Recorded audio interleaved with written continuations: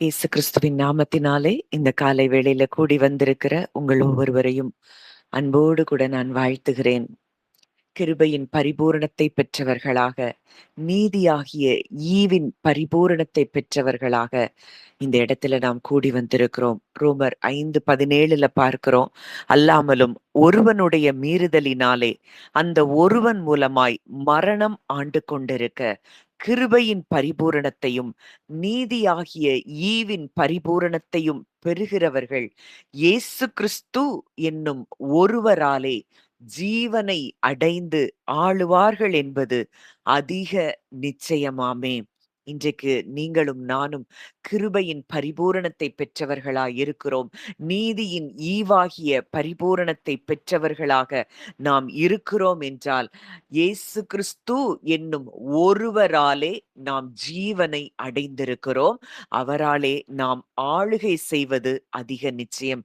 இந்த வானத்திலேயோ பூமியிலேயோ பாதாளத்திலேயோ எந்த காரியமும் உங்களை ஆளுகை செய்ய முடியாது. ஏன்னா அவராலே நீங்கள் ஜீவனை பெற்றிருக்கிறீர்கள். அவராலே நீங்கள் ஆளுகை செய்யக்கூடிய தகுதியை பெற்றிருக்கிறீர்கள்.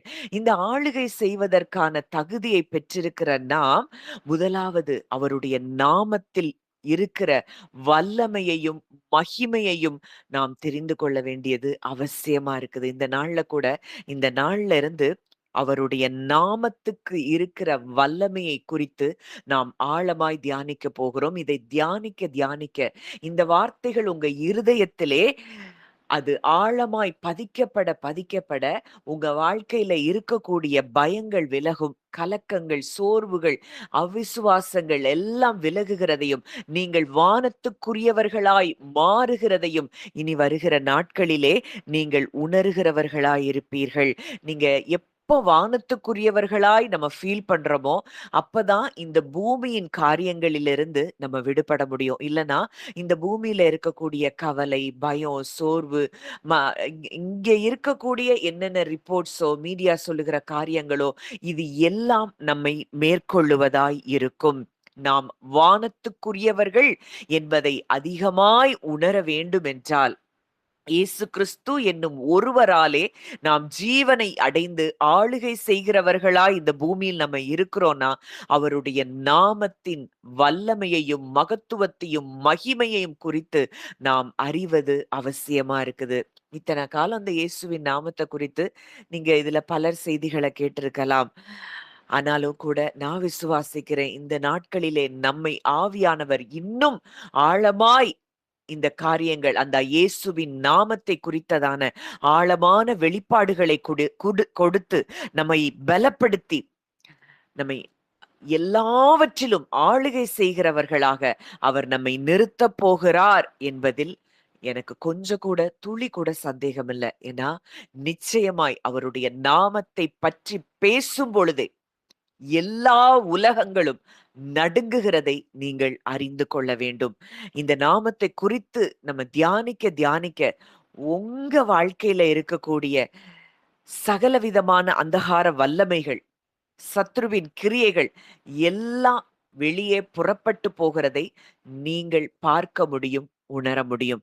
அதனால இன்றிலிருந்து நம்ம தியானிக்க போகிற இந்த வசனங்களுக்கு நேராய் உங்கள் செவிகள் திறந்திருப்பதாக, காணக்கூடிய கண்கள், கேட்கக்கூடிய காதுகள், உணரக்கூடிய இருதயம் இயேசுவின் நாமத்தில் உண்டாவதாக என்று சொல்லி நான் ஜெபிக்கிறேன். ஒவ்வொரு வார்த்தையையும் நீங்க ஆழமா நீங்க கவனிங்க. கர்த்தர் பெரிய காரியங்களை நம்முடைய வாழ்க்கையில் அவர் நிச்சயம் செய்கிறவராய் இருக்கிறார். இந்த இயேசுவின் நாமம் அப்படிங்கிறது ஏதோ ஒரு சாதாரண பெயர் அல்ல. அது இந்த பரலோகமும் பூமியும் அறிந்திருக்கிற வல்லமையுள்ள நாமம் தான் அந்த இயேசுவின் நாமம். அந்த நாமத்துல ரட்சிப்பு இருக்குது, விடுதலை இருக்குது, சுகம் இருக்குது, சமாதானம் இருக்கு, அதிகாரம் இருக்கு, ஆளுகை இருக்கிறது, வெற்றி இருக்கிறது. ஒரு வசனத்தை நம்ம வாசிக்கலாம். அப்போஸ்தலர் 4வது அதிகாரம் 12வது வசனம். அப்போஸ்தலர் 4:12. அவராலே அன்றி வேறொருவராலும் ரட்சிப்பு இல்லை. நான் ரட்சிக்கப்படும்படிக்கு வானத்தின் கீழெங்கும் மனுஷர்களுக்குள்ளே அவருடைய நாமமே அல்லாமல் வேறொரு நாமம் கட்டளையிடப்படவும் இல்லை என்றான். இங்க பேதுரு அந்த குணமாக்கப்பட்ட சப்பானிய குறித்து அங்க பேசும் பொழுது அவன் எப்படி சுகமடைந்தான்னு கேட்கும்போது அங்க இயேசுவின் நாமத்தை குறித்து அங்கே பேதுரு சொல்லுகிறத பார்க்கிறோம். அவராலே அன்றி வேறொருவராலும் ரட்சிப்பு இல்லை. நாம் ரட்சிக்கப்படும்படிக்கு வானத்தின் கீழெங்கும் மனுஷர்களுக்குள்ளே அவருடைய நாமமே அல்லாமல் வேறொரு நாமம் கட்டளையிடப்படவும் இல்லை என்றான்.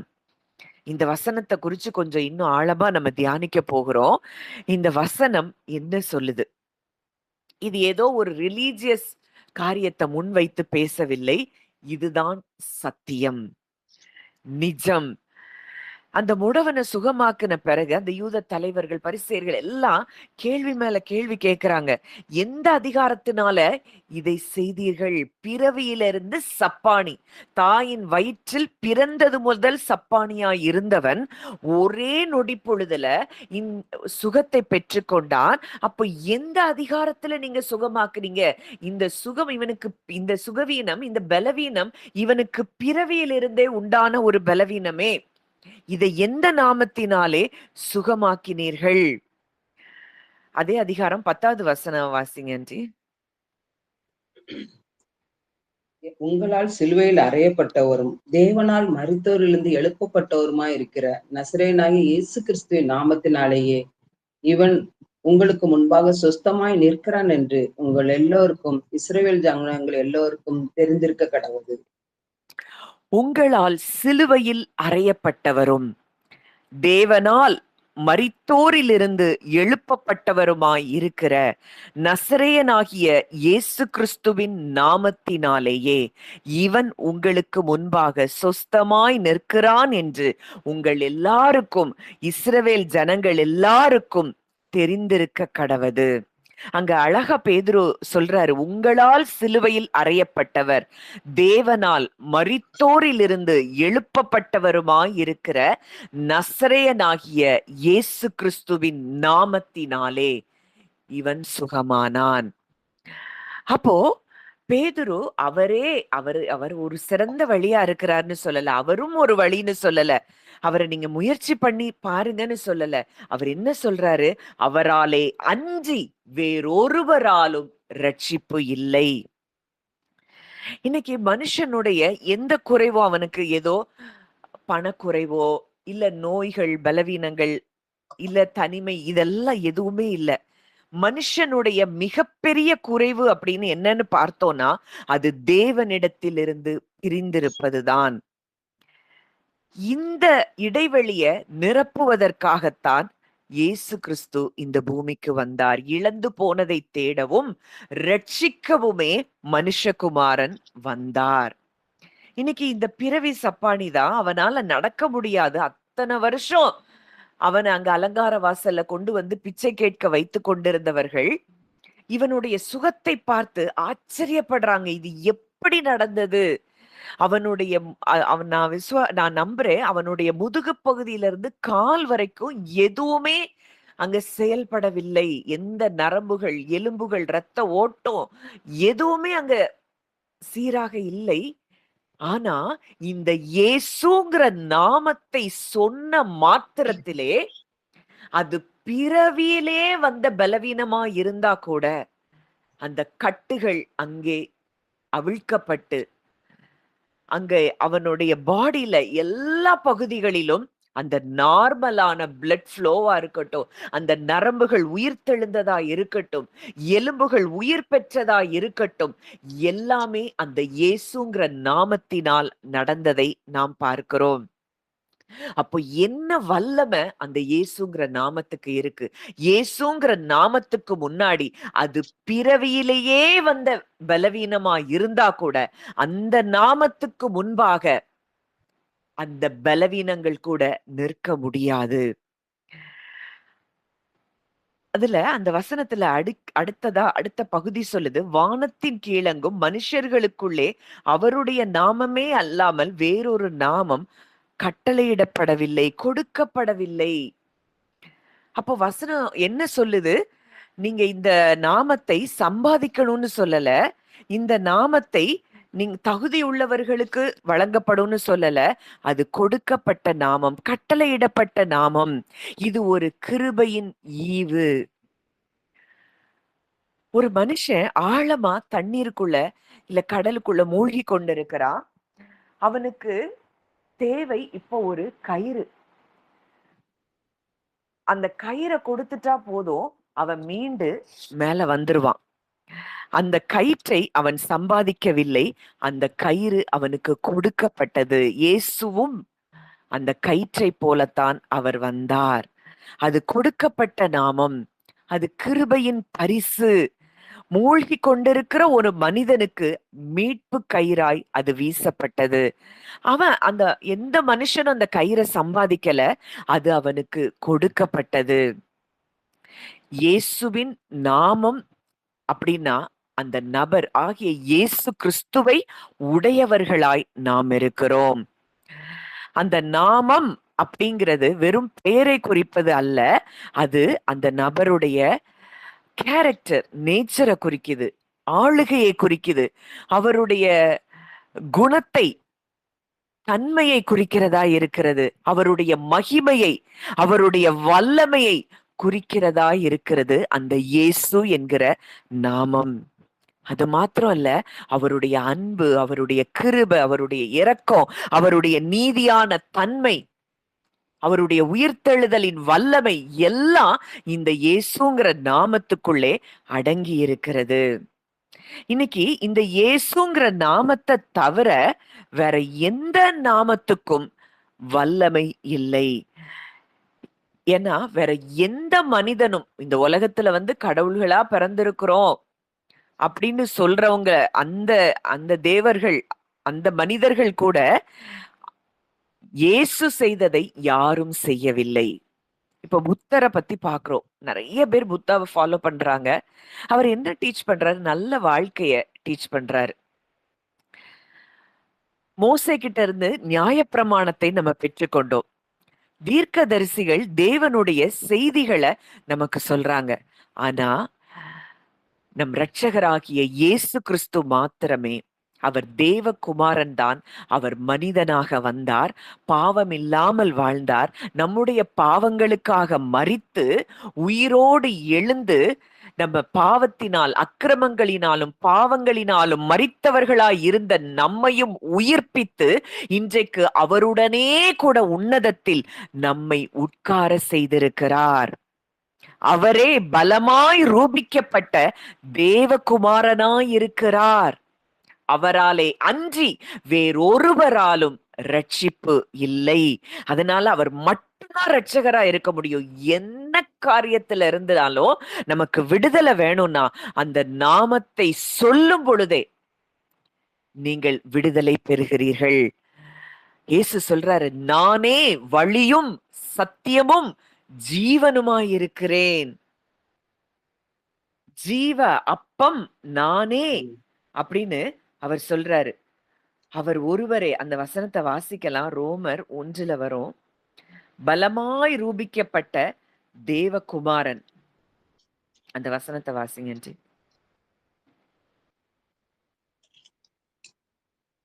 4:5. இயேசு கிறிஸ்துவை குறித்து தேவன் தம்முடைய தீர்க்கதரிசிகள் மூலமாய் பரிசுத்த வேதாகமங்களின் முன்னே தம்முடைய சுவிசேஷத்தை பற்றி வாக்குத்தத்தம் பண்ணினபடி கர்த்தராகிய இயேசு கிறிஸ்து ஆனவர் மாம்சத்தின்படி தாவீதின் சந்ததியில் பிறந்தவரும் பரிசுத்தமுள்ள ஆவியின்படி தேவனுடைய சுதன் என்று மரித்தோரிலிருந்து உயிர்த்தெழுந்ததினாலே பலமாய் ரூபிக்கப்பட்ட தேவகுமாரனுமாய் இருக்கிறார். மாம்சத்தின்படி தாவீதின் சந்ததியில் பிறந்தவரும், அவர் பிளஷ்ல தாவீதின் சந்ததியில அவர் பிறந்தவர், பரிசுத்தமுள்ள ஆவியின்படி தேவனுடைய சுதன் என்று மரித்தோரிலிருந்து உயிர்த்தெழுந்ததினாலே பலமாய் ரூபிக்கப்பட்ட தேவகுமாரனாயும் அவர் இருக்கிறார். அப்போ அவர் மரித்தோரிலிருந்து எழுந்தபடியினாலே பலமாய் ரூபிக்கப்பட்ட தேவகுமாரன். இந்த தேவகுமாரனுடைய நாமத்துக்கு முன்பாக எந்த வல்லமையும் நிற்க முடியாது என்பதுதான் நிஜம், சத்தியம். இப்போ ரட்சிப்புங்கிறது நம்முடைய செயல்கள்ல இருக்கும் அப்படின்னா, நம்ம ஏதோ செஞ்சா நமக்கு நல்லது நடக்கும், நம்ம ஏதோ செஞ்சா நமக்கு விடுதலை கிடைக்கும், நம்ம ஏதோ செஞ்சா நமக்கு சுகம் கிடைக்கும் அப்படின்னா, நம்ம ஒவ்வொரு நாளும் ஐயோ நான் இதை செய்யலையே அதை செய்யலைன்னு பயப்பட வேண்டியது இருக்கும். ஆனா ரட்சிப்பு என்பது இயேசுவின் நாமத்தில் இருக்கிறபடியினால நம்ம நம்பிக்கையோடு இந்த பூமியில் வாழ முடியும். என் ரட்சிப்பு என்னுடைய உணர்ச்சிகள்ல இல்ல, என்னுடைய சாதனைகள்ல இல்ல, என்னுடைய எந்த விதமான நல்ல செயல்களினாலும் இல்லை. அது இயேசு கிறிஸ்துவின் முடிக்கப்பட்ட கிரியையில் இருக்கிறது. வாசிக்கலாம். யோவான் 19ஆம் அதிகாரம் 30ஆம் வசனம்.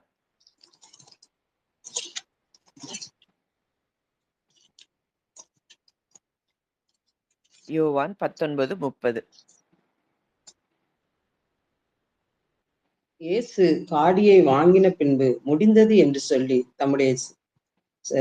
தலையை சாய்த்து ஆவியை ஒப்புக் கொடுத்தார். இயேசு காடியை வாங்கின பின்பு முடிந்தது என்று சொல்லி தலையை சாய்த்து ஆவியை ஒப்பு கொடுத்தார். என்ன முடிந்தது? முழு மனுக்குலத்தையும் மீட்கும்படியான அவருடைய தெய்வ திட்டத்தை அவர் சிலுவையில் முடித்தார். அவராலே அன்றி வேறொருவராலும் ரட்சிப்பு இல்லை. அதனாலதான் பவுல் அடிக்கடி சொல்றாரு, சிலுவையில் அறையப்பட்ட கிறிஸ்துவை பிரசங்கிக்கிறோம். சிலுவையில அவர் சகலவற்றையும் அவர் ஜெயித்தார். எல்லா துரைத்தனங்களையும் அதிகாரங்களையும் அவர் உரிந்து கொண்டார். அந்த வசனங்கள் எல்லாம் இன்னும் தியானித்து பார்ப்போம். நிறைய காரியங்கள் இன்னைக்கு நம்ம இருதயத்துல ஆணித்தரமாய் பதிக்கப்பட வேண்டியது அவசியமாய் இருக்கிறது. நம்ம யாருமே சாதாரணமானவர்கள் அல்ல. உலகத்தை கலக்கும்படிக்கு தேவன் நம்மை தெரிந்தெடுத்திருக்கிறார். நம்மேல் அவர் வைத்திருக்கிற அழைப்பும் திட்டங்களும் தீர்மானங்களும் அது பெரியவைகளாய் இருக்கின்றன. எல்லா அதிகாரங்களையும் உரிந்து கொண்டு சிலுவையின் மேல் அவர் வெற்றி சிறந்தவராயிருக்கிறார். இப்போ ஒரு குட்டி பிள்ளை இருக்கு. அந்த பிள்ளை ஆழமான பள்ளத்துல விழுந்துட்டு அந்த பிள்ளையால மேல ஏற முடியல. அது அழுதுட்டு நிக்குது. அப்போ அதோடைய அப்பா கீழே இறங்கி அவனை தூக்கிக்கிட்டு மேல வர்றாரு. இப்ப அந்த குழந்தை தன்னைத்தானே காப்பாற்ற முடியுமானா நிச்சயம் முடியாது. அதனுடைய தகப்பன்தான் அந்த பிள்ளையை காப்பாற்றினார். அதுதான் இந்த அப்போஸ்தலர் 4ஆம் அதிகாரம் 12ஆம் வசனம் சொல்லுகிற உண்மையாயிருக்கிறது. அவராலே அன்றி வேறொருவராலும் ரட்சிப்பு இல்லை. மனுஷன் ஏதோ தேடி தேடி தேவனை தேடி அவன் மேல போகல. அவர் கீழே இறங்கி நம்மை தூக்கி எடுத்திருக்கிறார். தூக்கி எடுத்து இன்றைக்கு உன்னதத்திலே அவரோடு கூட பிதாவோடு கூட கிறிஸ்துவோடு கூட நம்மை அமரச் செய்திருக்கிறார். இது நம்பிக்கையின் வாசலை திறக்கிற ஒரு வார்த்தையாயிருக்கிறது. நீங்க இன்னைக்கு என்ன சூழ்நிலையில இருந்தாலும் ஒண்ணு நீங்க உணரணும், உங்களுக்காய் ஒரு இரட்சகர் இருக்கிறார். என்ன காரியத்துல வேணாலும் நீங்க கட்டப்பட்டவர்களாய் இருக்கலாம். வானத்தின் கீழெங்கும் மனுஷர்களுக்குள்ளே அவருடைய நாமமே அல்லாமல் வேறொரு நாமம் கட்டளையிடப்படவில்லை. உங்கள் மீட்பர் உயிரோடு இருக்கிறார். அவர் உங்களோடு இருக்கிறார் என்பதை நீங்க உணர்ந்து கொள்வீங்கன்னா அந்த கட்டுகள் எல்லாம் இன்றைக்கே கழன்று விழுகிறதை நீங்கள் பார்க்க முடியும். அதனாலதான் சீமோன் பேதுரு இவ்வளவு தைரியமா சொல்றாரு, அவராலே அன்றி வேறொருவராலும் ரட்சிப்பு இல்லை. இன்னைக்கு முழு மனுக்குலத்துக்கும் தேவன் கொடுத்த மிகப்பெரிய பரிசு அது ரிலிஜியன் இல்ல, அது ஏதோ சட்ட திட்டங்கள் இல்ல, ஏதோ தத்துவம் இல்ல. அவர் முழு மனுக்குலத்துக்கும் கொடுத்த ஒரே பரிசு இயேசு கிறிஸ்து. வசனம் சொல்லுது, ரோமர் 10ஆம் அதிகாரம் 11ஆம் வசனம். ரோமர் 10:11.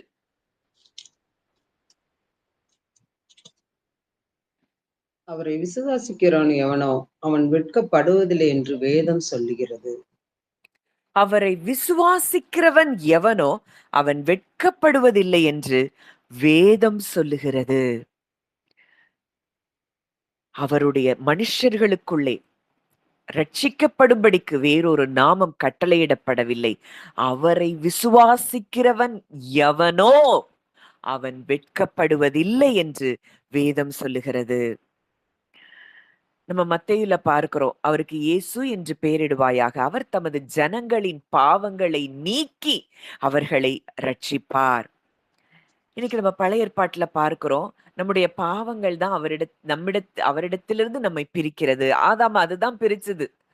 அந்த நன்மை தீமை அறியத்தக்க கனியை சாப்பிட்ட உடனே அவனுடைய கண்கள் திறக்கப்படுது. தேவனும் தானும் பிரிக்கப்பட்டதை போல அவன் உணர ஆரம்பித்தான். இந்த முழு மனுக்குலத்தையும் இந்த பாவம் தேவனிடத்திலிருந்து பிரித்தது.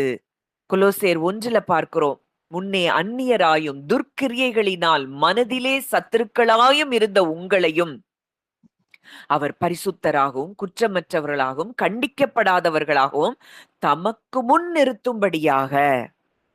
அப்போ அவர் இந்த பூமிக்கு வந்த நோக்கமே என்ன?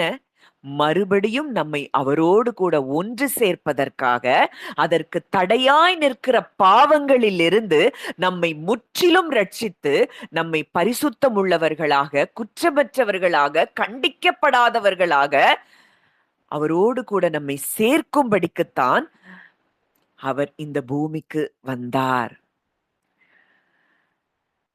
அப்போ அவர் வந்த நோக்கம், பாவத்திலிருந்து நம்மை மீட்ட நோக்கமே இன்றைக்கு உன்னதத்திலே அவரோடு கூட உட்கார செய்வோம், தேவனுடைய ராஜ்யத்துக்குள்ளே நாம் பிரவேசிக்கவும்.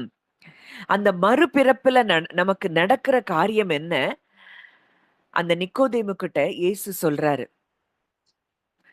மாம்சத்தினால் பிறப்பது மாம்சமாயிருக்கும், ஆவியினால் பிறப்பது ஆவியாயிருக்கும். நம்ம ஆவியில மறுபடியும் பிறந்துட்டோம்னா, ஆவியினால் பிறந்தவன் தான் தேவனுடைய ராஜ்யத்தை காண முடியும். இன்னைக்கு இந்த ராஜ்யத்துக்குள்ளதான் நம்ம இருக்கிறோம், அவருடைய ராஜ்யத்துக்குள்ள.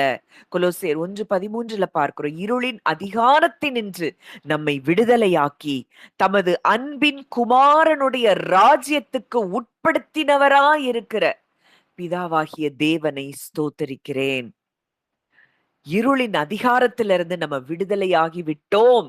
இயேசுங்கிற நாமத்தை, இயேசுவை நம்ம விசுவாசித்து அவருடைய நாமத்தின் மேல் விசுவாசம் உள்ளவர்களாய் அவரை ஏற்றுக்கொண்டவர்கள் எத்தனை பேர்களோ அத்தனை பேர்களும் அவருடைய பிள்ளைகளாகும்படி அவர் அதிகாரம் கொடுத்தார். இன்னைக்கு அவருடைய நாமத்தின் மேல நம்ம விசுவாசம் வச்சிருக்கிறோம்னா இன்றைக்கு அவருடைய பிள்ளைகளாகிவிட்டோம். அவருடைய பிள்ளைகளாகிவிட்டோம்னா அவருடைய நாமத்துக்கு சொந்தக்காரர்களாய் நாம் ஆகியிருக்கிறோம். அதனாலதான் மார்க்ல பார்க்கிறோம், இயேசு சொல்றாரு, விசுவாசிக்கிறவர்களால் நடக்கும் அடையாளங்கள். அந்த வசனத்தை வாசிக்கலாம். மார்க்கு 16 இந்த கடைசி வசனங்கள்ல 17, 18. விசுவாசிக்கிறவர்களால் நடக்கும் அடையாளங்களாவன, என் நாமத்தினாலே பிசாசுகளை துரத்துவார்கள், நவமான பாசைகளை பேசுவார்கள், சர்ப்பங்களை எடுப்பார்கள், சாவுக்கு ஏதுவான யாதொன்றை குடித்தாலும் அது அவர்களை சேதப்படுத்தாது, வியாதியஸ்தர்களின் மேல் கைகளை வைப்பார்கள், அப்பொழுது அவர்கள் சுஸ்தமாவார்கள் என்றார்.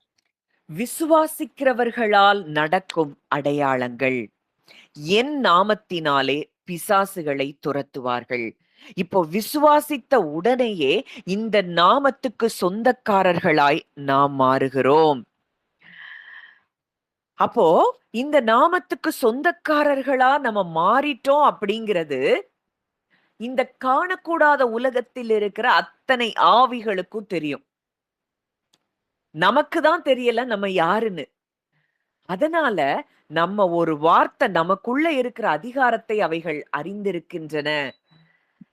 இன்னைக்கு அப்போஸ்தலர் நடபடிகள்ல நம்ம பார்க்கிறோம், அத்தனை பிசாசுகளும் அப்போஸ்தலர்களை பார்த்த உடனே அலறி அடித்து கொண்டு ஓடுது. இங்க பேதுரும் அததான் சொல்றாரு, வெள்ளியும் பொன்னும் எங்களிடத்தில் இல்லை. நசரேயனாகிய இயேசு கிறிஸ்துவின் நாமத்தினாலே எழுந்து நட. அப்போ எங்க கிட்ட ஒரு நாமம் இருக்கு. அந்த நாமம் எல்லா நாமத்துக்கும் மேலான நாமம். நீ சப்பானின்னு உனக்கு ஒரு நாமம் கொடுக்கப்பட்டிருக்கு. அந்த நாமத்திற்கும் மேலான நாமம் எங்கள் இயேசுவின் நாமம். அந்த நாமத்தை சொல்லும் பொழுதே இந்த நாமம் செயலிழந்து போகும் என்பதை அவர்கள் அறிந்திருந்தார்கள், உணர்ந்திருந்தார்கள். இது அறிவுல இருக்கிறதுனால நம்முடைய வாழ்க்கையில எந்த பலனும் இருக்க போறதில்ல. இதை எப்போ நம்ம உணர்கிறோமோ, இந்த வார்த்தையை எப்பொழுது ஜீவனாய் பார்க்கிறோமோ, சத்தியமாய் பார்க்கிறோமோ, அப்போ இந்த நாமத்தை கொண்டு நாமும் எல்லாவற்றையும் ஆளுகை செய்ய முடியும். இப்போ உதாரணத்துக்கு ஒரு சில வசனங்கள நம்ம பார்க்கலாம்.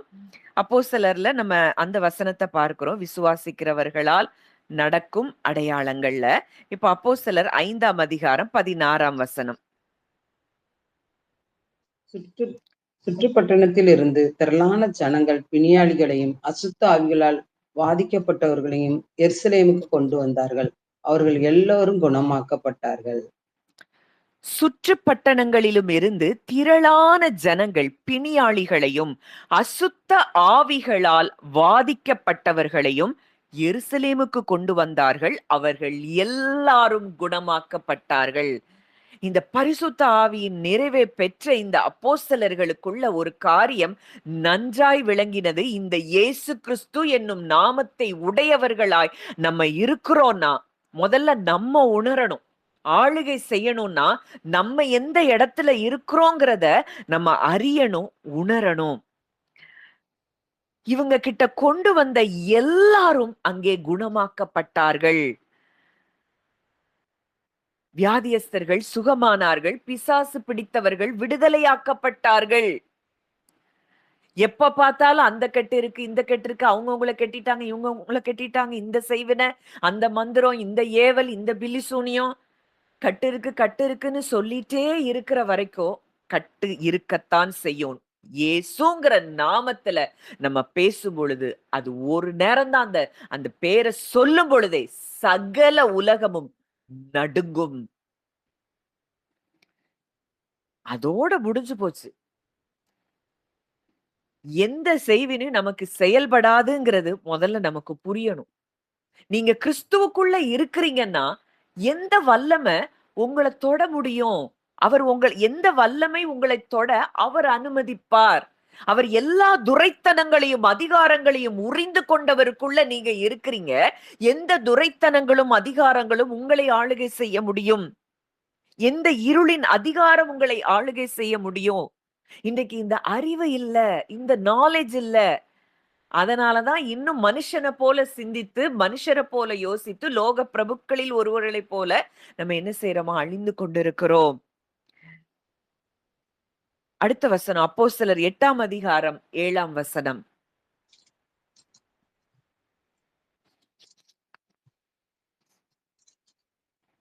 அப்போஸ்தலர் 8:7. அநேகரில் இருந்த அசுத்த ஆவிகள் மிகுந்த சத்தத்தோடு கூப்பிட்டு அவர்களை விட்டு புறப்பட்டது. அநேக திமிர்வாதக்காரரும் சப்பானிகளும் குணமாக்கப்பட்டார்கள். இங்க இந்த அதிகாரத்தை நீங்க வாசித்து பாத்தீங்கன்னா, பிலிப்பு பிரசங்கம் பண்ணி கொண்டுதான் இருப்பாரு. சத்தியத்தை தான் சொல்லி கொடுத்து கொண்டிருப்பார். இயேசுவை பிரசங்கித்துக் கொண்டிருக்கும் பொழுதே அநேகரில் இருந்த அசுத்தாவை அவர் துரத்தல. இயேசுவின் நாமத்தினால வெளியே போனலாம் அவர் சொல்லல. பிரசங்கித்துக் கொண்டிருக்கும் பொழுதே, சத்தியத்தை சொல்லிக் கொடுக்கும் பொழுதே, சத்தியத்தை அவர்கள் அறிய தொடங்கும் பொழுதே, அநேகரில் இருந்த அசுத்த ஆவிகள் மிகுந்த சத்தத்தோடே கூப்பிட்டு அவர்களை விட்டு புறப்பட்டது. அநேகம் திமிர்வாதக்காரர்களும் சப்பானிகளும் குணமாக்கப்பட்டார்கள். அதுக்கு முந்தின வசனம் வாசிங்க ஆண்டி. பிலிப்பு செய்த அதிசயங்களை ஜனங்கள் கேள்விப்பட்டு கண்டு அவனால் சொல்லப்பட்டவர்களை ஒருமனப்பட்டு கவனித்தார்கள். அவனால் சொல்லப்பட்டவைகளை ஒருமனப்பட்டு கவனித்தார்கள். இருதயத்துல அந்த வார்த்தைய ரிசீவ் பண்றாங்க. இருதயத்துல அந்த வார்த்தைய ரிசீவ் பண்ண அவங்களுக்குள்ள இருந்த பொய்யின் ஆவிகள், வஞ்சிக்கிற ஆவிகள், அதுவரைக்கும் பிறவியில இருந்து சப்பானிகளாய் இருந்தவர்கள், திமிர்வாதக்காரர்களாய் இருந்தவர்கள் எல்லாரும் சுகமாக்கப்படுறாங்க. அதனாலதான் வசனம் சொல்லுது, சத்தியத்தையும் நீங்கள் அறிவீர்கள், சத்தியம் உங்களை விடுதலையாக்கும். குமாரன் உங்களை விடுதலையாக்கினால் மெய்யாகவே விடுதலையாவீர்கள். குமாரன் விடுதலையாக்கிட்டா, அவர் விடுதலை ஏற்கனவே நம்மை விடுதலை ஆக்கிவிட்டார். இத நம்பணும், இத விசுவாசிக்கணும். இப்ப அடுத்ததா ஒரு வசனம் வாசிக்கலாம். அப்போஸ்தலர் 16ஆம் அதிகாரம் 18ஆம் வசனம். இப்படி அநேக நாள் செய்து கொண்டு வந்தான். பவுல் சினங்கொண்டு திரும்பி பார்த்து, நீ இவளை விட்டு புறப்படும்படி இயேசு கிறிஸ்துவின் நாமத்தினாலே உனக்கு கட்டளையிடுகிறேன் என்று அந்த ஆவியினுடனே சொன்னான். அந்நேரமே அது புறப்பட்டு போயிற்று. அங்க அந்த பெண் வந்து, குறி சொல்லுகிற பெண் ஒண்ணும் தப்பாலாம் சொல்ல மாட்டா. ரட்சிப்பின் சுவிசேஷத்தை நமக்கு அறிவிக்கிறவர்கள்ன்னு சொல்லி எப்ப பார்த்தாலும் இவங்களுக்கு பின்னாடி வந்து சொல்லிட்டு இருக்கிறா. ஆனா பவுல் அதை இனம் கண்டு கொள்ளுகிறார். அது தேவனிடத்திலிருந்து வந்த ஆவி இல்லை என்பதை அறிந்து கொண்டு அங்க சினம் கொண்டு திரும்பி பார்த்து, நீ இவளை விட்டு புறப்படும்படி இயேசு கிறிஸ்துவின் நாமத்தினாலே உனக்கு கட்டளையிடுகிறேன் என்று அந்த ஆவியுடனே சொன்னான். அந்நேரமே அது புறப்பட்டு போயிற்று. அந்த நாமத்துக்கு முன்னாடி அந்த அந்த ஆவிகளுக்கு நிச்சயம் தெரியும். இந்த வல்லமையுள்ள நாமத்துக்கு முன்னாடி இந்த நாமத்தை சொன்னா நம்ம போய்த்தான் ஆகணுங்கிறது அந்த ஆவிகள் அறிந்திருக்கின்றன. இருளின் உலகத்தில் இருக்கக்கூடிய அந்த ஆவிகள் அறிந்திருக்கின்றன. ஆனா இன்றைக்கு அவருக்கு பிள்ளைகளா இருக்கிறோம். அவருடைய நாமத்தை உடையவர்களா நம்ம இருக்கிறோம். இரவும் பகலும் அவரை தான் தேடிக்கொண்டு இருக்கிறோம். ஆனா நமக்குள்ளே அவருடைய நாமத்தின் வல்லமை இருக்கிறது. அவருடைய நாமத்துக்கு சொந்தக்காரர்களாய் நாம் இருக்கிறோம் என்கிற அறிவோ உணர்வோ நமக்கு இல்லாததுனாலதான் நம்ம மனுஷனை போல வாழ்ந்து கொண்டிருக்கிறோம். அடுத்ததா பார்க்கிறோம், பிசாசுகளை துரத்துவார்கள், நவமான பாஷைகளை பேசுவார்கள். அங்க பார்க்கிறோம், பெந்தேகோஸ்தே நாள்ல நவமான பாஷைகளை அவர்கள் பேசினார்கள். சர்ப்பங்களை எடுப்பார்கள், சாவுக்கேதுவான யாதொன்றை குடித்தாலும் அது அவர்களை சேதப்படுத்தாது. இந்த நாமத்தை உடையவர்களுடைய பாடிய எதுவுமே டச் பண்ண முடியாது. லூக்கா 10ல பார்க்கிறோம், 10:19 இதோ சர்ப்பங்களையும் தேள்களையும் மிதிக்கவும் சத்துருடைய சகல வல்லமைகளையும் மேற்கொள்ளவும் உங்களுக்கு அதிகாரம் கொடுக்கிறேன், ஒன்றும் உங்களை சேதப்படுத்தாது. இது எங்க சம்பவித்தது வாசிக்கலாம். அப்போஸ்தலர் 28ஆம் அதிகாரம் 3 முதல் 5ஆம் வசனங்கள்.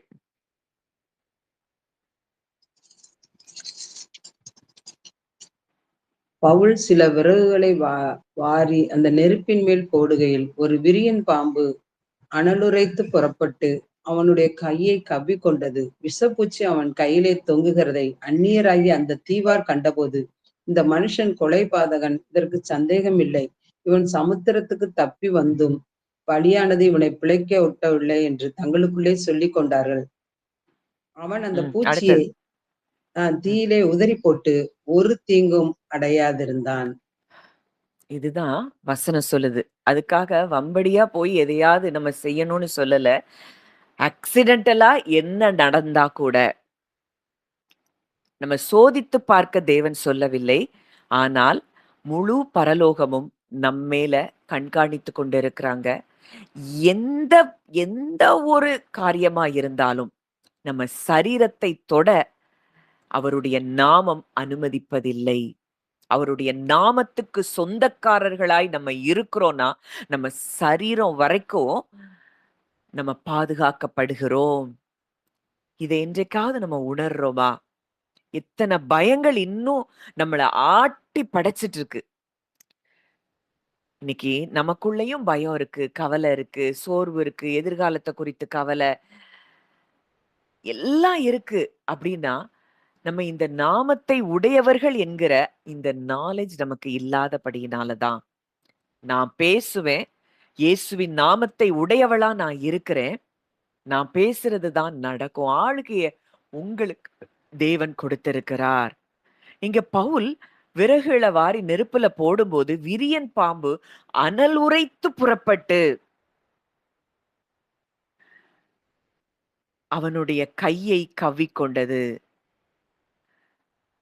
அதாவது அதுல என்ன இங்கிலீஷ்ல எப்படி போட்டிருக்குன்னா, "And when Paul had gathered a bundle of sticks and laid them on the fire, a viper escaping from the heat fastened on his hand." அந்த தீயில இருந்து தப்பிக்கும்படி இவன் கையில வந்து ஏறுது. விஷப்பூச்சி அவன் கையிலே தொங்குகிறதை அந்நியராகிய அந்த தீவார் கண்டபோது, அவங்க எல்லாரும் சொல்ட்டாங்க, இவன் இந்த இந்த இவ்ளோ பெரிய புயலுக்கு தப்பி வந்திருக்கிறான். ஆனா, இவன் கொலைபாதகன். சந்தேகமே இல்லன்ட்டாங்க. இவன் சமுத்திரத்துக்கு தப்பி வந்தப்ப கூட பழி இவன பிழைக்க விடலன்னு தங்களுக்குள்ளே சொல்லிக் கொண்டார்கள். அவனோ ஒன்றை அறிந்திருந்தான். இந்த இயேசு கிறிஸ்து என்னும் வல்லமையுள்ள நாமத்தை உடையவர் எனக்குள்ளே இருக்கிறார். அந்த நாமம் எனக்குள்ள இருக்குன்னா, இந்த விஷப்பூச்சியிலிருந்து வருகிற விஷம் என் சரீரத்தை தீண்ட முடியாது. இன்னைக்கு இந்த உலகத்துல இருக்கிற மனுஷங்கள போல இது நடந்துருமோ, அது நடந்துருமோ, இத சாப்பிட்டா அது வந்துரும், அத சாப்பிட்டா இது வந்துரும். எல்லாத்துக்கும் பயம். அதற்காக அளவுக்கு அதிகமா நம்ம எதையும் உட்கொள்ள தேவன் கற்றுக் கொடுக்கல. ஆனா ஒவ்வொன்னையும் செய்யும்போது பயம். நீங்க இந்த நாமத்தை உடையவர்களாய் நீங்க இருக்கிறீங்கன்னா, உங்கள எதுவும் தொட முடியாது என்பதுதான் நிஜம். அந்த விஷம் கூட அவன் உள்ள போயி அது பிளட்ல கலக்க முடியல. அந்த அளவுக்கு அந்த இயேசுவின் நாமத்தை உடையவர்களுடைய சரீரம் கூட வல்லமையால் நிரப்பப்பட்டிருந்தது. அதனால தான் அந்த அவங்களுடைய பவுலுடைய உருமால்கள், கச்சைகள போடும்போது கூட வியாதியஸ்தர்கள் சுகமடைந்தார்கள்ன்னு சொல்லி பார்க்கிறோம். அந்த வல்லமை அந்த ட்ரெஸ் வரைக்கும், அவங்க போட்டிருந்த உடை வரைக்கும் அந்த வல்லமை செயல்பட்டது. இன்னைக்கும் மனுஷனை போல சிந்திக்கிறதுல இருந்து நம்ம முதல்ல வெளிய வரணும். இன்னைக்கு அத்தனை 99% வியாதிகளுக்கு காரணம் பயமும், கவலையும் தான். நீங்க நல்லா யோசிச்சு பார்த்தீங்கன்னா, ஏதோ ஒரு பயம் உங்கள ஆட்கொண்டு அதிகமா அதுல பயந்திருப்பீங்க. இல்லன்னா அதிகமா கவலைப்பட்டிருப்பீங்க. இதுதான் நம்முடைய சரீரத்தை ஆளுகை செய்து சரீரத்தில் பலவீனங்களை கொண்டு வருகிறது. அப்போ இன்றைக்கும் உயிருள்ள, ஜீவனுள்ள தேவன் நம்மோடு இருக்கிறார். நமக்குள் இருக்கிறார். அவருடைய நாமம் நமக்கு கொடுக்கப்பட்டிருக்கிறது. அவருடைய நாமத்துக்கு நாம் சொந்தக்காரர்களாய் நாம் இருக்கிறோம். எத்தனையோ அற்புதங்கள நம்ம இயேசு செய்த அற்புதங்கள் போக, நம்ம அத்தனை அற்புதங்கள அப்போஸ்தலர்கள் செய்தத நம்ம பார்க்கிறோம். வாசிக்கலாம். அப்போஸ்தலர் 28ஆம் அதிகாரம் 8ஆம் 9ஆம் வசனம். பூவிலினுடைய தகப்பன் ஜுரத்தினாலும் இரத்த பேதினாலும் வருத்தப்பட்டு கிடந்தான். பவுல் அவனிடத்துக்கு போய் ஜெபம் பண்ணி அவன் மேல் கைகளை வைத்து அவனை குணமாக்கினார். இது நடந்த பின்பு தீவில இருந்த மற்ற வியாதிக்காரரும் வந்து குணமாக்கப்பட்டார்கள். இந்த புபிலினுடைய தகப்பன், அந்த தீவின் தலைவனுடைய தகப்பன் ஜுரத்தினாலும் இரத்த பேதியினாலும் வருத்தப்பட்டு கிடக்கிறான். இப்ப ஒண்ணே ஒண்ணுதான் இந்த புபிலியுக்கு தெரியுது. இவன் விஷப்பாம்பு இவனை கடிச்சா கூட இவனை ஒண்ணும் செய்ய முடியல. அப்போ இவன் மேல ஏதோ ஒரு நம்பிக்கை வருது. அங்க தகப்பனிடத்துல அவன் கூட்டிக் கொண்டு போகிறான். பவுல் அவனிடத்திற்கு போய் ஜெபம் பண்ணி அவன் மேல் கைகளை வைத்து, இந்த நாமத்தை உடையவர்கள் நீங்கள், உங்கள ஆளுகை செய்ய எந்த வல்லமைக்கும் அதிகாரம் இல்லை என்பதை நீங்க எப்ப அறியறீங்களோ, உணர்றீங்களோ, அதை உணர்ந்திருந்து நீங்க ஒருத்தர் மேல கைய வச்சா அங்க நிச்சயம் சுகம். இன்னைக்கு நமக்கு சபைகள்ல நிறைய காரியங்கள் தவறாய் சொல்லி கொடுக்கப்பட்டு விட்டது. நீங்க எங்கேயாவது போய் தவறா கை வச்சுட்டா அவ்வளவுதான், அந்த கட்டுகள்லாம் உங்கள ஆட்கொண்டுரும், நீங்க பலவீனப்பட்டுருவீங்க. இல்ல நீங்க மற்றவங்களுக்கா அப்படி இருக்கிறவங்களுக்காக நீங்க ஜோம் பண்ணா உங்கள அந்த வல்லமைகள் ஆளுகை செய்யும். இது பயப்படுகிறவர்களுக்கு நிச்சயம் வரும். இத குறிச்சு நீங்க பயந்து சரியான அறிவில்லாதபடியினால், நம்ம யாரு? நம்ம எங்க இருக்கிறோம்? நம்மள எந்த வல்லமையும் ஆளுகை செய்ய முடியாத இடத்துல இருக்கிறோங்கிற அந்த நாலேட்ஜ நீங்க பெற்றிருந்தீங்கன்னா, நிச்சயம் உங்கள ஒண்ணும் தொட முடியாது. இல்ல அப்படின்னா, நிச்சயம் அந்த உலகத்தில் இருக்கிற ஆவிகள் உங்கள டிஸ்டர்ப் பண்ணும். இன்னைக்கு கிறிஸ்தவர்களாய் பிறந்து, கிறிஸ்தவர்களாய் வாழ்ந்து, நம்ம எல்லாத்த குறிச்சும் பயந்து கொண்டு இருக்கிறோம். காரணம், சுவிசேஷத்தை சரியாக அறியாதபடியினாலே. இங்க இது நடந்த பிறகு தீவுல இருந்த அநேக வியாதியஸ்தர்கள் வந்து அங்கே குணமாக்கப்படுகிறார்களாம்.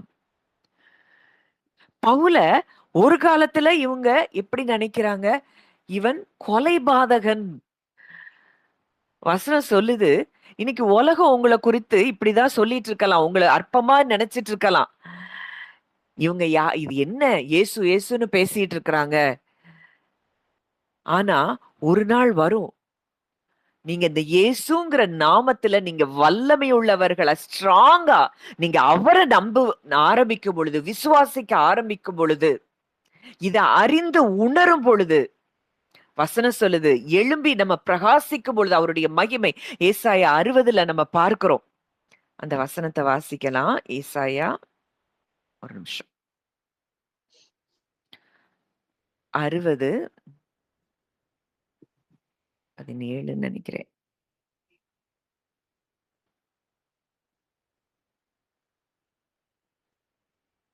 14ல இருந்து வாசிங்க அன்றி.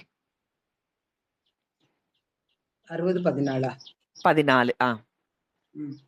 உன்னை ஒடுக்கினவர்களின் பிள்ளைகளும் குனிந்து உன்னிடத்தில் வந்து உன்னை அசட்டை பண்ணின யாவரும் உன் காலடியில் பணிந்து உன்னை கர்த்தருடைய நகரம் என்றும் இஸ்ரவேலுடைய பரிசுத்தரின் சீயோன் என்றும் சொல்வார்கள். நீ நெகிழப்பட்டதும் கைவிடப்பட்டதும் ஒருவரும் கடந்து நடவாததுமாய் இருந்தாய். ஆனாலும் உன்னை நித்திய மாட்சிமையாகவும் தலைமுறை தலைமுறையா இருக்கும் மகிழ்ச்சியாகவும் வைப்பேன். போதும். இப்போ உலகம் ஒருவேளை உங்களை அப்படியெல்லாம் சொல்லியிருக்கலாம். ஆனா நீங்கள் கிறிஸ்துவுக்குள் இருக்கிறத உணர்ந்து, இயேசுவின் நாமத்தை உடையவர்கள் நீங்கள் என்பதை உணர்ந்து நீங்க செயல்பட ஆரம்பிக்கும் பொழுது, எழும்பி பிரகாசிக்கும் பொழுது, அங்க நிறைய காரியங்கள் அங்க சொல்லப்பட்டிருக்கு. என்னவா? உன்னை ஒடுக்கினவர்கள் பிள்ளைகளும் குனிந்து உன்னிடத்தில் வந்து உன்னை அசட்டை பண்ணின யாவரும் உன் காலடியில் பணிந்து உன்னை கர்த்தருடைய நகரம் என்றும் இஸ்ரவேலுடைய பரிசுத்தரின் சீயோன் என்றும் சொல்லுவார்கள். நீ நெகிழப்பட்டதும் கைவிடப்பட்டதும் ஒருவரும் கடந்து நடவாததுமாயிருந்தாய். கர்த்தர் உள்ளவைகளை அவமாக்கும்படி இழிவானவைகளையும் அற்பமானவைகளையும் அவர் தெரிந்து கொண்ட தேவன். இன்றைக்கு நம்மளதான் அவர் பிரகாசிக்க வைக்கிறார். அவருடைய ஒளி நம்ம மேலதான் வீச பண்ணுகிறார். இன்னைக்கு நீங்க கடந்து வந்த பாதை எல்லாம் இப்படி இருக்கலாம். ஆனா வார்த்தை சொல்லுது, நித்திய மாட்சிமையாகவும் தலைமுறை தலைமுறையா இருக்கும் மகிழ்ச்சியாகவும் வைப்பேன். இதெல்லாம் அவருடைய நாமத்தை அறிந்தவர்கள், உணர்ந்தவர்களுக்கு தேவன் கொடுக்கிற ஆசீர்வாதங்கள். அதுக்காக நம்மள எல்லாரும் வந்து பணியணுங்கிறது நம்ம விருப்பமா இருக்கக்கூடாது. இதெல்லாம் தானா நடக்கும். நமக்கு தேவை தாழ்மை மாத்திரமே. அதெல்லாம் இன்னும் பின் வருகிற வசனங்கள்ல நம்ம பார்க்கும் பொழுது நன்றாக நமக்கு புரியும். ஆனா இதெல்லாம் நடக்குமானா நடக்கும். பவுல குறிச்சு கொலைபாதகன்னு சொன்னவங்க கடைசியில அவனை தேவனா பார்க்க ஆரம்பிச்சுட்டாங்க. அந்த அளவுக்கு தேவன் அங்கே தன்னுடைய வல்லமையை வெளிப்படுத்தினார். இன்னும் ஒரு வசனத்தை நம்ம தியானித்து நம்ம ஜெபிக்கலாம், வாசிக்கலாம். பிலிப்பியர் 2ஆம் அதிகாரம் 9 முதல் 11 வசனங்கள். பிலிப்பியர் 2, 9 முதல் 11. ஆதலால் தேவன் எல்லாவற்றுக்கும் மேலாக அவரை உயர்த்தி இயேசுவின் நாமத்தில் வானோர் பூதலத்தோர் பூமியின் கீழானோருடைய முழங்கால் யாவும் முடங்கும்படிக்கும் பிதாவாகிய தேவனுக்கு மகிமையாக இயேசு கிறிஸ்து கர்த்தர் என்று நாவுகள் யாவும் அறிக்கை பண்ணும்படிக்கும் எல்லா நாமத்துக்கும் மேலான நாமத்தை அவருக்கு தந்தருளினார். இங்க வசனம் சொல்லுது, ஆதலால் தேவன் எல்லாவற்றிற்கும் மேலாக அவரை உயர்த்தி இயேசுவின் நாமத்தில் வானோர் பூதலத்தோர் பூமியின் கீழானோருடைய முழங்கால் யாவும் முடங்கும் படிக்கும். அந்த இயேசுங்கிற நாமத்தை சொன்னாலே எல்லாம் முடங்கித்தான் ஆக வேண்டும். பிதாவாகிய தேவனுக்கு மகிமையாக இயேசு கிறிஸ்து கர்த்தர் என்று நாவுகள் யாவும் அறிக்கை பண்ணும்படிக்கும் எல்லா நாமத்திற்கும் மேலான நாமத்தை அவருக்கு தந்தருளினார். அப்போ ரொம்ப முக்கியமான நம்ம பைபிள்ல இருக்கக்கூடிய மிக முக்கியமான வசனங்கள்ல இந்த வசனங்களும் உண்டு. இங்க ஆதலால் அப்படின்னு சொல்லி போட்டிருக்கு. அங்க அந்த ஆதலால் எதுக்காக ஆதலால் அங்க போட்டிருக்கு, ஆகையால் அப்படின்னு சொல்லி போட்டிருக்கு அப்படின்னு சொல்லி நம்ம பார்த்தோம் அப்படின்னா, அதுக்கு முந்தின வசனத்தை வாசிக்கலாம் ஆண்டி. 7ல இருந்து 6ல இருந்து வாசிங்க. அவர் தேவனுடைய குமாரனாய் இருந்தும் தேவனுக்கு சமமாய் இருப்பதை கொள்ளையாடின பொருளாக எண்ணாமல் தம்மை தாமே வெறுமையாக்கி அடிமையான ரூபம் எடுத்து மனுஷ சாயலானார். அவர் மனுஷ ரூபமாய் காணப்பட்டு மரண பரியந்தம், அதாவது சிலுவையின் மரண பரியந்தமும் கீழ்ப்படிந்தவராகி தம்மை தாமே தாழ்த்தினார். இங்க அவர் தேவனுடைய ரூபமாய் இருக்கிறதை கொள்ளையாடின பொருளாக எண்ணாமல் தேவனுக்கு சமமாய் இருப்பதை, அவர் திருத்துவ தேவனில் அவர் ஒருவராய் இருக்கிறார். ஆனா அந்த தேவனுடைய ரூபத்திற்கு சமமாய் இருப்பதை அவர் கொள்ளையாடின பொருளாக எண்ணாமல் தம்மை தாமே வெறுமையாக்கி அடிமையின் ரூபம் எடுத்து மனுஷர் சாயலானார். அப்போ அவர் மனுஷ ரூபமாய் காணப்பட்டு மரண பரியந்தம், அதாவது சிலுவையின் மரண பரியந்தமும் கீழ்ப்படிந்தவராகி தம்மை தாமே தாழ்த்தினார். அப்போ நம்ம உயரணும் அப்படின்னா நமக்கு அந்த தாழ்மையின் குணம் நமக்கு மிக அவசியமா இருக்கிறது. இன்னைக்கு உலகம் நமக்கு கற்றுக் கொடுக்கிறது என்ன அப்படின்னா, நம்ம பெருசா நம்மளை காட்டணும் அப்படின்னு ஒருவேளை கற்றுக் கொடுக்கலாம். ஆனா நம்ம உயரணும்னா நம்ம தாழ்மையா இருப்பது அவசியமா இருக்கிறது. அதனாலதான் தேவன் அவரை உயர்த்தினார். ஒரு காலத்துல இயேசு மாட்டு தொழுவத்துல பிறந்தவர், நாசரேத்தூரான் என்று சொல்லி இகழப்பட்டவர் தான். சிலுவையில் அறையப்பட்ட பொழுது எல்லாராலும் அற்பமாய் எண்ணப்பட்டவர் தான். ஆனால் இன்றைக்கோ பரலோகத்தின் சிங்காசனத்தில் அவர் உட்கார்ந்திருக்கிறார். மனிதர்கள் அவரை நிராகரித்தாங்க, ஆனால் பிதா அவரை மகிமைப்படுத்தி எல்லா நாமத்துக்கும் மேலான நாமத்தை அவருக்கு கொடுத்திருக்கிறார். இன்றைக்கும் மனிதர்கள் உங்களை புரிந்து கொள்ளாம இருக்கலாம், நம்மளை மதிக்காம இருக்கலாம், ஆனால் அதை தேவன் காண்கிறார். வாசிக்கலாம். லூக்கா 1ஆம் அதிகாரம் 52ஆம் வசனம். லூக்கா 1:52.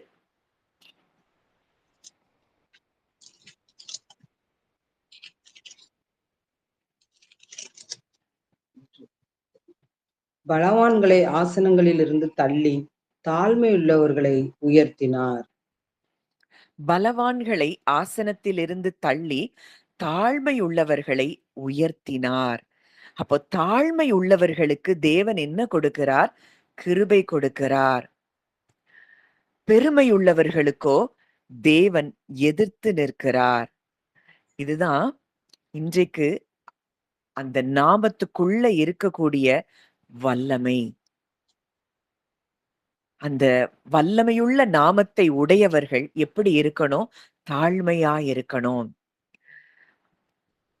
அந்த நாமத்தை உடையவர்கள் தாழ்மையா இருக்கும் பொழுது அவர் உயர்த்துகிற தேவனாயிருக்கிறார்.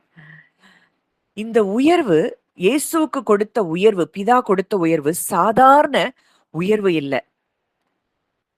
அந்த அதாவது அது அந்த கிரேக்க மொழியில மிகவும் உயர்த்தி அப்படின்னு சொல்லப்பட்ட வார்த்தை எல்லாவற்றிற்கும் மேலாக உயர்த்தினார் அப்படிங்கிற அர்த்தத்தை உடையதாய் அது இருக்குது. அப்போ இந்த இயேசுங்கிற நாமம் வெறும் சத்தத்தை பற்றி சொல்லல. இயேசுங்கிற நாமத்துல அவருடைய குணம் இருக்குது, அவருடைய அதிகாரம் இருக்கு, அவருடைய மகிமை இருக்கு, அவருடைய அடையாளம் இருக்கு. அந்த நாமம் எல்லா நாமங்களுக்கும் மேலான நாமம். நோய், வியாதி அப்படிங்கிற அந்த நாமத்துக்கு மேலான நாமம்.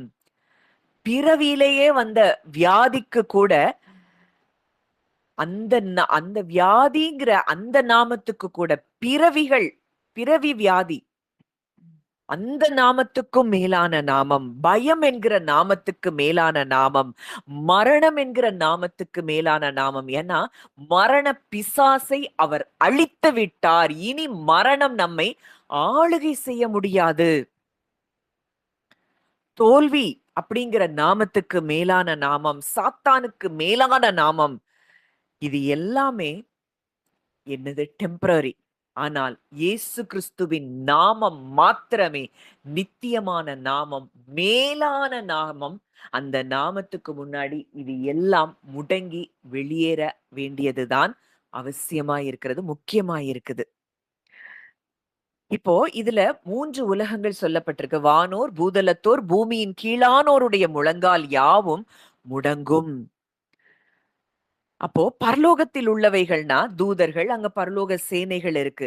அவங்க ஏற்கனவே தேவனை ஆராதித்துக் கொண்டிருக்கிறார்கள். பூமியில் உள்ளவர்கள், இங்க இருக்கிற மனிதர்கள், அரசர்கள், நாடுகள், இன்னும் ஒருவேளை சிலர் ஏற்றுக்கொள்ளாமல் இருக்கலாம். ஆனால் பூமி கர்த்தரை அறிகிற அறிவினால் நிரம்பும். சீக்கிரத்துல முழு உலகமும் அந்த நாமத்துக்கு முன்னாடி முடங்கும். இப்ப பூமிக்கு கீழானவைகளை நம்ம பார்க்கும் பொழுது இருளின் அந்தகார வல்லமைகள், காணக்கூடாத ஆவிக்குரிய அதிகாரங்கள், அந்த இருளின் அதிகாரங்கள், காணக்கூடாத ஆவிக்குரிய அதிகாரங்கள், இந்த ஆவிகள் எல்லாமே இப்பொழுதே அவருடைய அதிகாரத்தை அறிந்திருக்கின்றன. நம்ம இன்னைக்கு இயேசுவின் நாமத்தை குறிச்சு வல்லமைய நம்ம படிச்சுக்கிட்டே இருக்க வேண்டியது இருக்கு. இன்னும் நமக்கு உள்ள போகல. ஆனா இந்த இருளில் இருக்கிற சக்திகள், அந்த அந்தகார லோகாதிபதிகள், அந்த அந்தகார ஆவிகள் எல்லாவற்றையும் அந்த கிறிஸ்து, அந்த இயேசுங்கிற நாமத்தில் இருக்கக்கூடிய வல்லமையை அவைகள் அறிந்திருக்கின்றன. ஏன்னா இவங்க கல்வாரியிலே தோற்கடிக்கப்பட்டவர்கள் என்பதை அவர்கள் அறிந்திருக்கிறார்கள். அந்த கொலோசியர் 2:15, அத நாளைக்கு இன்னும் நம்ம டீட்டெயில்டா பார்ப்போம். கொலோசியர் 2:14, 15 மாத்திர வாசிங்க. நமக்கு எதிரிடையாகவும் கட்டளைகள் நமக்கு விரோதமாக இருந்த கையெழுத்தை குலைத்து அதை நடுவில் இராதபடிக்கு எடுத்து சிலுவையின் மேல் ஆணி அடித்து துரைத்தனங்களையும் அதிகாரங்களையும் உரிந்து கொண்டு வெளியரங்கமான கோலமாக்கி அவைகளின் மேல் சிலுவையிலே வெற்றி சிறந்தார். எல்லா துரைத்தனங்களையும் அதிகாரங்களையும் உறிஞ்சி எடுத்துட்டார். இன்னைக்கு இயேசுங்கிற நாமத்தை உடைய பிள்ளைகளுக்கு விரோதமா எதுவுமே செயல்பட முடியாது. சிலுவையிலே வெற்றி சிறந்தவர். இன்னைக்கு நீங்க இயேசுங்கிற நாமத்தை உடையவர்களாய், இயேசுவை கிறிஸ்துவை உடையவர்களாய் நீங்க இருக்கிறீங்கன்னா உங்களுக்கு விரோதமாய் எந்த வல்லமையும் நிற்க முடியாது. இதை இருளின் அதிகாரங்கள், அந்த ஆவிகள் அறிஞ்சிருக்கு. ஆனா இந்த நாமத்தை உடையவர்களாகிய நாம் இதை குறித்த பூரணமான அறிவோ உணர்வோ இல்லாததுனால மனுஷனை போல பயந்து கொண்டிருக்கிறோம். அப்போ ஒவ்வொரு நாவும் என்ன செய்யும்? அறிக்கையிடுமாம், அவரே ரட்சகர். ஒவ்வொரு நாவும், ஏன்னா அந்த இயேசு கிறிஸ்து என்னும் ஒருவராலே அன்றி வேறொருவராலும் ரட்சிப்பு இல்லை. நாவுகள் யாவும் அறிக்கையிடும், முழங்கால் யாவும் முடங்கும். இப்போ சூரியன் உதிக்குது, உதிச்ச பிறகு இருட்டா இருக்குன்னு சொல்லி யாராலையும் நிரூபிக்க முடியாது. அது போலத்தான் கிறிஸ்துவின் மகிமை முழுமையாக வெளிப்பட்டிருக்கிறது. இன்னைக்கு நம்ம சந்திக்கிற பிரச்சனைகள் எல்லாம் பெருசா தோணலாம். நிரந்தரமா இருக்கிறது போல தோணலாம். அத ஜெயிக்க முடியாதத போல தோணலாம். ஆனா, நீங்க ஒண்ணு புரியணும். இந்த இயேசுங்கிற நாமத்துக்கு முன்னாடி முழங்கால் படியிடாத எதுவும் இல்லை. நம்ம காணக்கூடாத உலகம் அவருக்கு கீழ்ப்படியுது. தேவதூதர்கள் அவரை ஆராதிக்கிறாங்க. இருளின் சக்திகள் அவருடைய அதிகாரத்தை அறிந்திருக்கின்றன. அப்படியானா அவருக்கு அன்புள்ள பிள்ளைகளாய் நாம் பிள்ளைகள் என்று அழைக்கப்படுகிறோம்னா, நம்ம ஏன் நம்பிக்கை இழந்து போகணும்? இந்த கிறிஸ்துவானவர் மகிமையின் நம்பிக்கையாக நமக்குள்ளே இருக்கிறாரே! பரிசுத்த ஆவியானவர் நமக்குள்ளே வாசம் செய்கிறாரே! பிதாவாகிய தேவன் நம்மோடு கூட இருக்கிறாரே! இன்றைக்கு உங்களுக்கு முன்னாடி எல்லாம் முடங்கி போகிறதை நீங்கள் அறிய வேண்டும். ஒரு சின்ன பிள்ளை, அதோடைய எதிர்காலம் என்ன? எப்படி? தன்னுடைய ஃபீஸ யாரு கட்டுவா?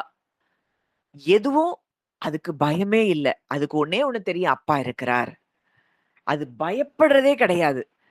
அதே போல தான் நம்ம இயேசுவின் நாமத்தில் குறித்ததான சில காரியங்கள நம்ம புரிஞ்சு கொள்ள முடியாம இருந்தா கூட, அந்த நாமத்தை உடையவளாய் நான் இருக்கிறேங்கிற அந்த நாலேட்ஜ் இருந்தா போதும். இந்த பயங்கள் விலகும். எல்லா நாமத்துக்கும் மேலான அந்த நாமத்தின் உரிமையாளர், சொந்தக்காரர் நம்மோடு கூட இருக்கிறார். அப்போ சிலுவை என்பது தோல்வி அல்ல. அது வெற்றியின் பாதை, மகிமையின் பாதை. இன்னைக்கு பயம் இருக்குதா? அதுக்கு மேல இயேசுங்கிற நாமம் உங்களுக்குள்ளே செயல்படுகிறது.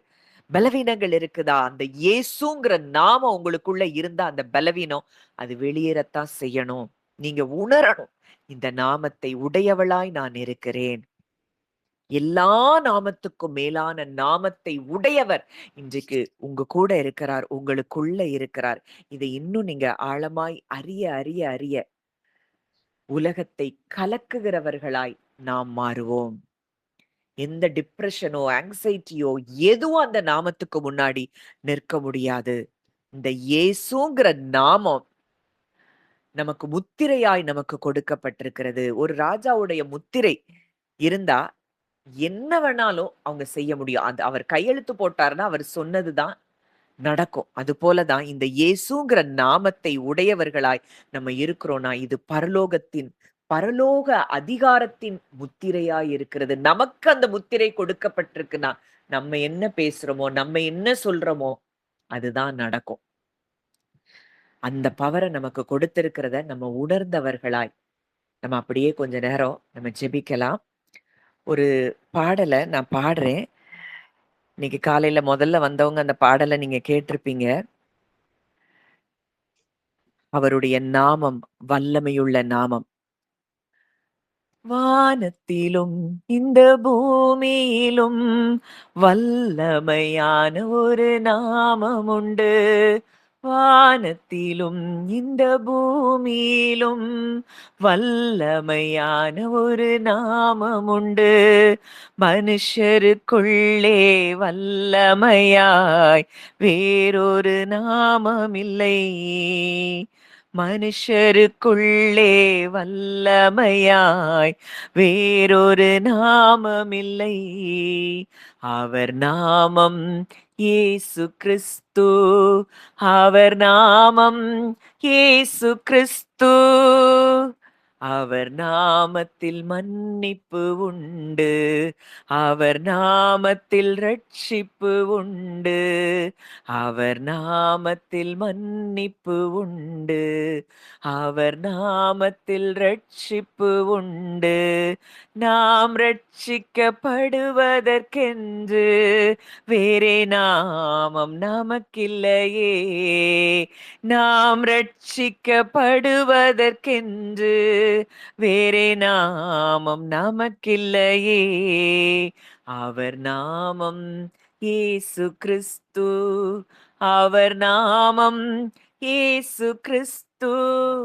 அவர் நாமத்தில் பேய்களோடும் எல்லா செய்வினை கட்டுகள் முறியும். அவர் நாமத்தில் பேய்களோடும் எல்லா செய்வினை கட்டுகள் கட்டுகள் முறியும்.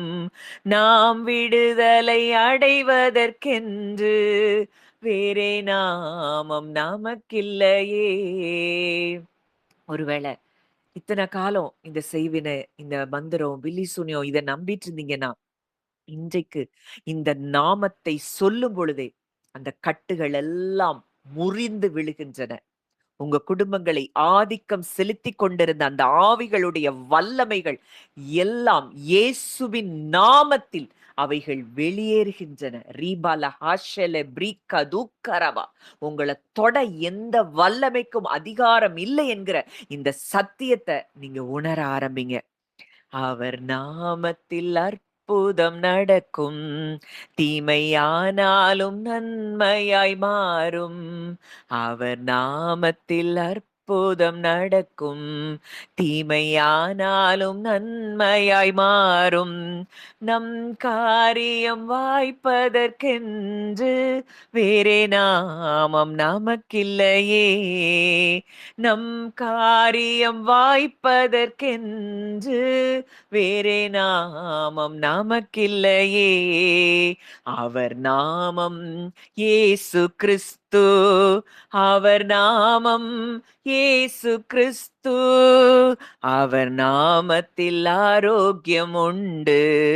கொடும் வியாதியின் முடிவதில் உண்டு. அவர் நாமத்தில் ஆரோக்கியம் உண்டு. கொடும் வியாதியின் முடிவதில் உண்டு. நாம் சுகமுடன் வாழ்வதற்கென்று வேறே நாமம் நமக்கில்லையே. நாம் சுகமுடன் வாழ்வதற்கென்று வேறே நாமம் நமக்கில்லையே. அவர் நாமம் இயேசு கிறிஸ்து. அவர் நாமம் இயேசு கிறிஸ்து. அவர் நாமத்தில் வாசல்கள் திறக்கும். பெரும் பர்வதம் மெழுகு போலுருகும். அவர் நாமத்தில் வாசல்கள் திறக்கும். பெரும் பர்வதம் மெழுகு போலுருகும். நாம் முன்னேறி செல்வதற்கென்று வேறே நாமம் நமக்கில்லையே. நாம் முன்னேறி செல்வதற்கென்று வேறே நாமம் நமக்கில்லையே. இயேசு நாமம் எனக்கு போதும். இயேசு நாமம் எனக்கு போதும். எல்லாரும் சொல்லுங்க, இயேசு நாமம் எனக்கு போதும்.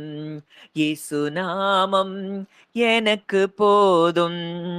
வானத்திலும் இந்த பூமியிலும் வல்லமையான ஒரு நாமம் உண்டு. வானத்திலும் இந்த பூமியிலும் வல்லமையான ஒரு நாமம் உண்டு. மனுஷருக்குள்ளே வல்லமையாய் வேறொரு நாமமில்லை. மனுஷருக்குள்ளே வல்லமையாய் வேறொரு நாமமில்லை. அவர் நாமம் இயேசு கிறிஸ்து. அவர் நாமம் இயேசு கிறிஸ்து. நல்ல தகப்பனே, நன்றியோடு உம்மை துதிக்கிறோம், ஸ்தோத்தரிக்கிறோம் அப்பா. இந்த நல்ல நாளிலும் உம்முடைய நாமத்தின் வல்லமையை குறித்து, அதிகாரத்தை குறித்து, உம்முடைய நாமத்தில் இருக்கக்கூடிய ஆளுகையை குறித்து நாங்கள் ஆழமாய் தியானிக்க பரிசுத்த ஆவியானவர் எங்களுக்கு நீர் உதவி செய்தீரப்பா. உம்மை நன்றியோடு நன்றியோடு நன்றியோடு நன்றியோடு உம்மை துதிக்கிறோம், ஸ்தோத்தரிக்கிறோம் அப்பா. வானத்தின் கீழே மனுஷர்களுக்குள்ளே உம்மாலே அல்லாமல் வேறு ஒருவராலும், அவருடைய நாமமே அல்லாமல் வேறு ஒரு நாமத்தினாலும் எங்களுக்கு ரட்சிப்பு இல்லை அப்பா. இந்த நேரத்திலும் அப்பா, இங்க கூடி வந்திருக்கிற ஒவ்வொருவருடைய வாழ்க்கைக்கும் விரோதமாக செயல்படுகிற எல்லா அந்தகார வல்லமைகளையும், வானத்துக்கும் பூமிக்கும் அதிகாரம் உள்ள என் இயேசுவின் நாமத்தினாலே அவைகளை ஒவ்வொருவருடைய குடும்பங்களை விட்டு, ஒவ்வொருவருடைய சரீரத்தை விட்டு நீ வெளியேறு என்று சொல்லி இயேசுவின் நாமத்தில் கட்டளை கொடுக்கிறேன். குடும்பத்தில பிரிவினைகளை கொண்டு வந்து மனவேதனைகளை கொண்டு வருகிற அந்த ஆவிகளை இயேசுவின் நாமத்தினாலே நான் துரத்துகிறேன். ரீபால ஹாஷெல பிரிக்க தூக்கராபா. இயேசுவின் நாமத்தினாலே உச்சன் தலையிலிருந்து உள்ளங்கால் வரைக்கும் சரீரத்தை கட்டி இருக்கிற எந்த பலவீனங்கள் என்றாலும் இயேசுவின் நாமத்தினால் இந்த பலவீனங்களிலிருந்து அவர்களை கட்டவிழ்க்கிறேன். இயேசுவின் நாமத்தினாலே இந்த நாள் விடுதலையின் நாளாய் கர்த்தர் நீர் தந்திருக்கிறீரப்பா. சர்வாங்க சுகத்தை நீர் ஒவ்வொருவருக்குள்ளும் தருகிறீர். ஆவி, ஆத்துமா, சரீரம் முழுவதும் ரட்சிக்கப்பட்ட ஒரு நிலைக்குள்ளே கர்த்தர் எங்களை நீர் கொண்டு வருகிறீர். உமக்கு நன்றி செலுத்துகிறோம். அந்த ஒவ்வொருவருக்குள்ளும் விதைக்கப்பட்ட இந்த வார்த்தைகள் 100 மடங்கு பலன் செய்யட்டும், கிரியை செய்யட்டும் அப்பா. ஆவியானவர் இந்த வார்த்தைகளை நீங்க நினைப்பூட்டிக் கொண்டே இருக்கும்படிக்கு நாங்கள் ஜெபிக்கிறோம் அப்பா. உம்முடைய கரத்திலே எங்களை தாழ்த்தி ஒப்புக் கொடுக்கிறோம். வழிநடத்தும், ஆசீர்வதியும். இயேசுவின் மூலம் கேட்கிறோம் ஜீவனுள்ள நல்ல பிதாவே. ஆமேன், ஆமேன்.